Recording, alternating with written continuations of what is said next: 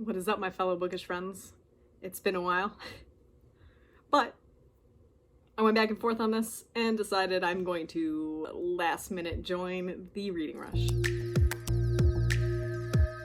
So we're filming a very short TBR and I'm going to try my best to stick with it, but this is definitely like a reach. I have been reading a lot, but my husband is back at work and it's just me and the kids and I am keeping them home, yada yada and such. 7 books feels like a lot. Let's get into the TBR. Okay, so first and foremost, the first prompt is to read a book that matches your birthstone color. My birthday is in February, which means that my birthstone is amethyst. So I went with The Color Purple by Alice Walker. This is a book that I truly have not read yet. I feel like a lot of kids read it in high school or college, and it just wasn't a book that was on my curriculum. This is, I mean, most of you probably know, so I won't get too far into it, but it is a story that takes place in Georgia between 2 sisters that are separated, and it's told in letters both to God and to each other about all of the things that they've gone through in their lives. I know that it is a very hard read. Technically, I could double up for this and say that it's also a book that inspired a movie, but you're supposed to have seen the movie, and I have not seen the movie, though I do intend to eventually watch it after reading this, because I've heard good things, but I am looking forward to reading this finally, and this is one of my favorite colors I've seen, my favorite editions, so yeah. Next is to read a book that starts with the word the, so I'm going with this graphic novel yearbook edition bind up of The Woods by James Tinian, illustrated by Michael, I don't know how, Dialinus. This is a book that I keep meaning to get to. Kayla over at On the Fritz got this for me, I think for Christmas, so it's a long time coming, and it's been on a couple TBRs that has fallen by the wayside, and I really do want to get to it, and a graphic novel is perfect for a 7-day readathon, so I'm looking forward to it. This is a like post-apocalyptic group of high schoolers that get stuck in their high school with their teachers and their fellow classmates during this apocalypse, where there are wild creatures that come and it's very dangerous, and one group decides to leave the high school building to try and find safety or help, and so you're following their journey through the forest and all the things they're dealing with, but you're also seeing what's happening back at the high school. So I am looking forward to it. I've been watching and reading a lot of post-apocalyptic things lately. I don't know why. I've also been playing The Last of Us too. It just feels very fitting. Then we come to prompt number 3, which I briefly discussed before, which is to read a book that inspired a movie that you've already seen.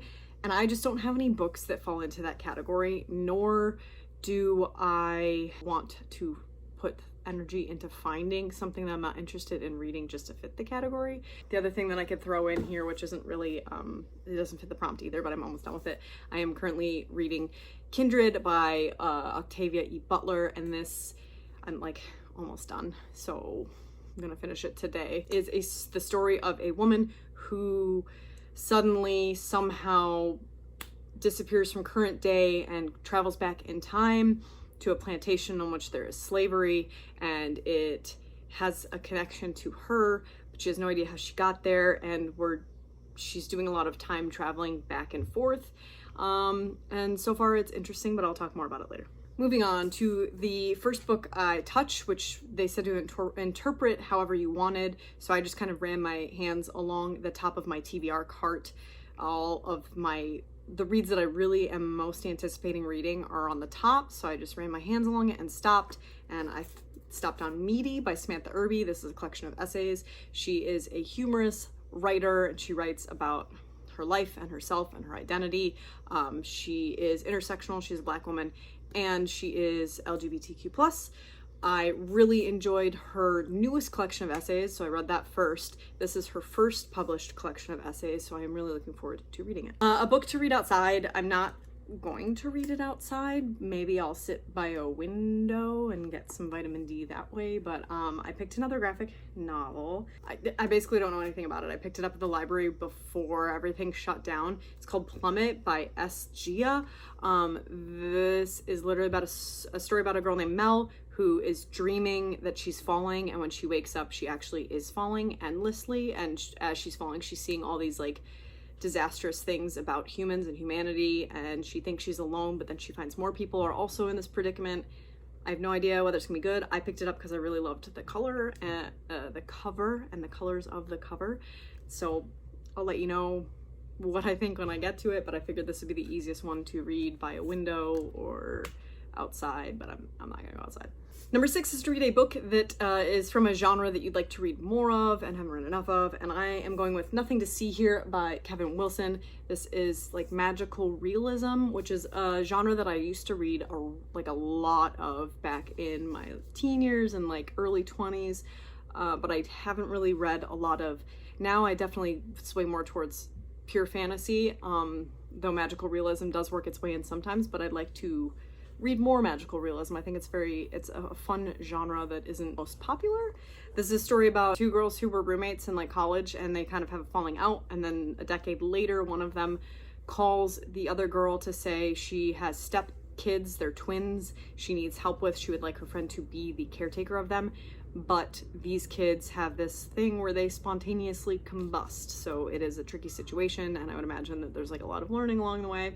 I don't know, I've had it for a while, I think it's time to read it. And lastly, I'd wanted to pick a place that wasn't the US or the UK, but literally currently I just finished Koreanathon and read a bunch of Korean books. I don't believe any of the books I have, because a lot are fantasy and I'm not really counting that, take place anywhere else besides those 2 countries currently. I don't have a lot of physical TBR. So I'm gonna read A Sprinkle of Sorcery, which is by Michelle Harrison, which is the sequel to A Pinch of Magic, which I really, really enjoyed. It's a middle grade novel. The author is from the UK, so it takes place technically in the UK, but it is fantasy, so I don't know if that's like, we're counting it, I don't care. Isn't that what TBRs are all about for readathons like this, is you just kind of do what you gotta do to make it work.